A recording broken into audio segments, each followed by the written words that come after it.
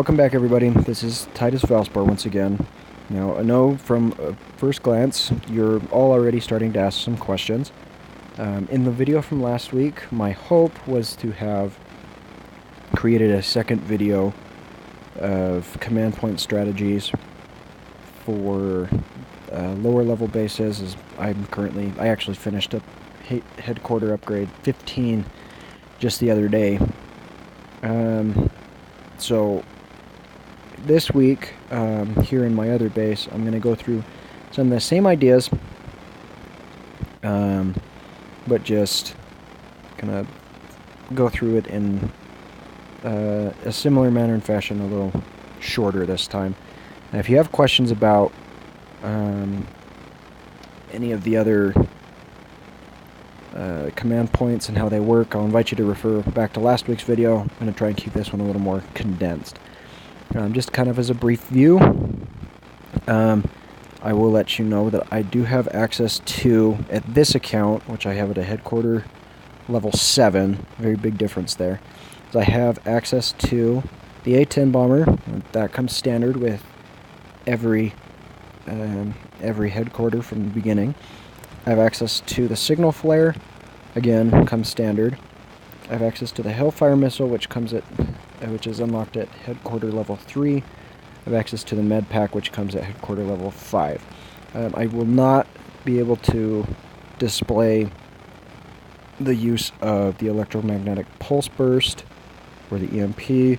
I will not be able to show you how the orbital strike cannon works, and I will not be able to show you how the combat stims work. So we're just going to focus on some of the more basic stuff and show you how you can still conduct winning victories even without the luxury of some of the higher end command point use. So the front that I like to use when I go off to battle is the following. I'd like to take 3 different tarmacs of Rangers and a tarmac which can hold 12 units, which allows space to have 2 tanks. Huge advantage there. I do have some Striker 6s on there, just because they tend to be a little quicker. I'm still experimenting with them because my previous experiences is they like to run in and get themselves killed very quickly. So I'm trying a strategy where I don't release them as early on in war or when I go off to battle. Another strategy that I would like to point out to you is what I have here at my Alliance reserves. As you can see, I currently have 6 spider drones, which are typically used for defense, but with the Alliance reserves I'm able to use offensively.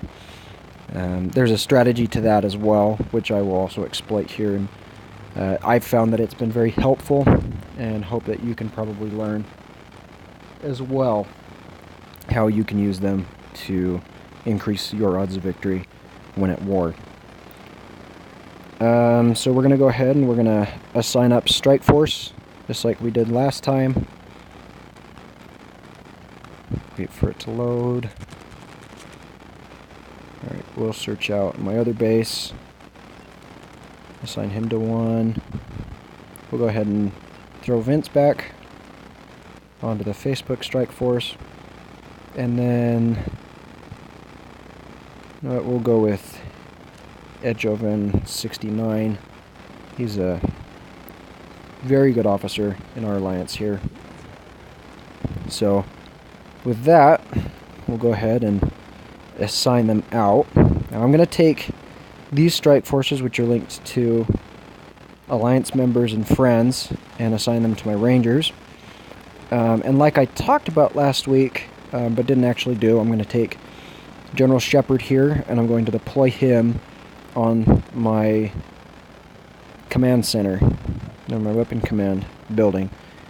And as you can see, at level 6 I have access to 8 command points, but deploying any strike force on this building grants me an extra 4 command points, so I will start off the battle with an increased 12.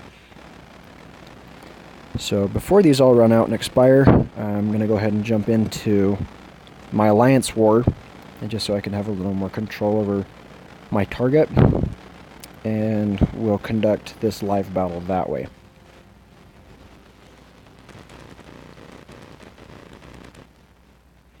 Going to load up here, and the thing about alliance war is it will automatically queue up your first opponent.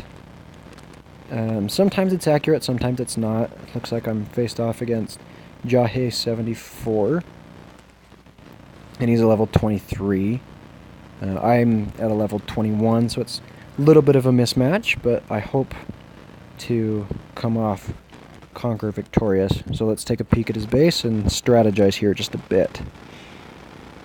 Alright, so as you can see, he has a little more of a spread out strategy, which is fine. Not a problem here whatsoever. So what I believe that would be the best thing to do here would be to take my Hellfire missile. I'm going to try and place it right there. If everything goes as planned, I should be able to deal damage to that artillery and the dome defense there. Let's go ahead and take a look at his headquarters. So he's got a headquarter 9, which means that any of these dome defenses could be set to either the sentry gun or the Thiel higher energy laser. He's got a couple tanks set up as sentries, some commandos over here, and some spider drones down here in the corner. It'll be interesting to see if they cycle around or if they just stay at their rally points. So, like I said, I'm going to try to take out that artillery and that dome defense with my Hellfire, and I'll probably go ahead and drop down the majority of my troops up here at the north end and see if we can't sweep all the way across and get a total victory. So, let's see how we do here.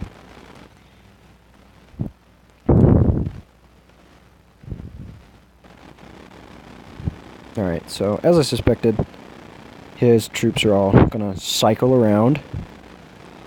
So we'll go ahead and grab my Hellfire and we'll place it right there.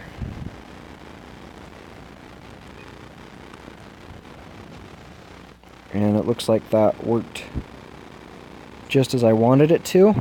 So we'll go ahead and clean that up along with the guard tower here with an A-10 missile. There we go.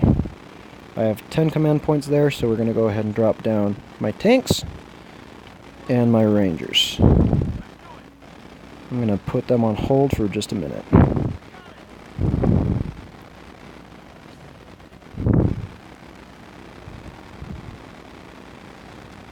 So now that we're going to work here a little bit more, I'm going to take another A-10 missile and deal damage to these structures here. Took out another artillery and a dome defense. Taking some damage up there, but we're still doing pretty good. Looks like he just brought on some stealth tanks. His alliance donated to him before the war. Got some troops taking some damage over here. Throw down a med pack. So now that the spiders are out of the way, I'm going to drop down my strikers here at the bottom. Kind of a sandwiching effect. Wait for that last stealth tank to get taken out. Save my tank, maybe? Alright, now I'm going to let my spiders go to work. So at this point in the replay, if he were to go back and watch it, he'd probably think that he's doing pretty good. But these spiders should go back through and clean everything up quite nicely.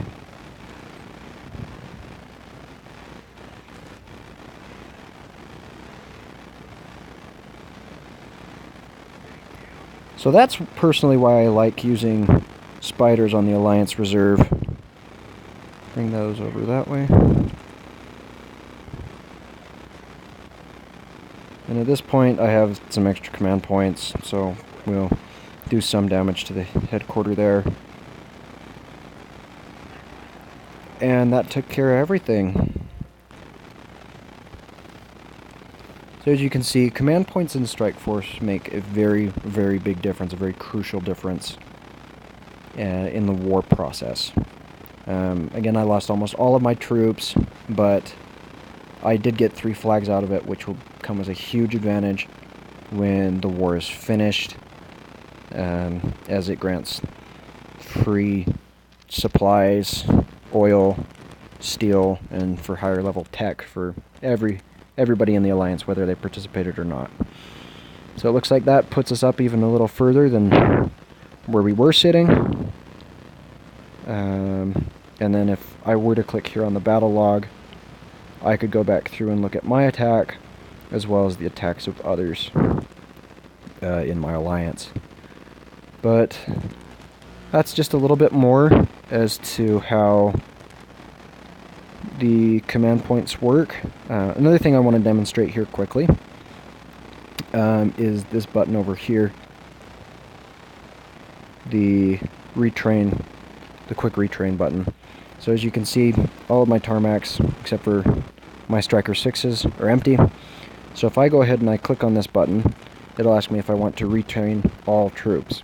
So that'll go ahead, if I hit this button, which I will, it'll go ahead and it'll start putting rangers on the tarmacs, where my rangers were, and training tanks for my other tarmac. So that just keeps you from going around and hitting each tarmac individually to retrain. Doesn't work so nice if you want to change the lineup that you have, but I like that button quite a bit. So that's part 2 of command point strategy. I hope that this is a little more applicable to some of you out there. If not, or if there's something else that you wanted to see, leave me a comment, let me know. I want to help you, all of you, get better and progress here in this game, so you can be a better commander and better help out your own Alliance. So once again, this is Titus Valspar signing off. Thanks for watching. Have a great day.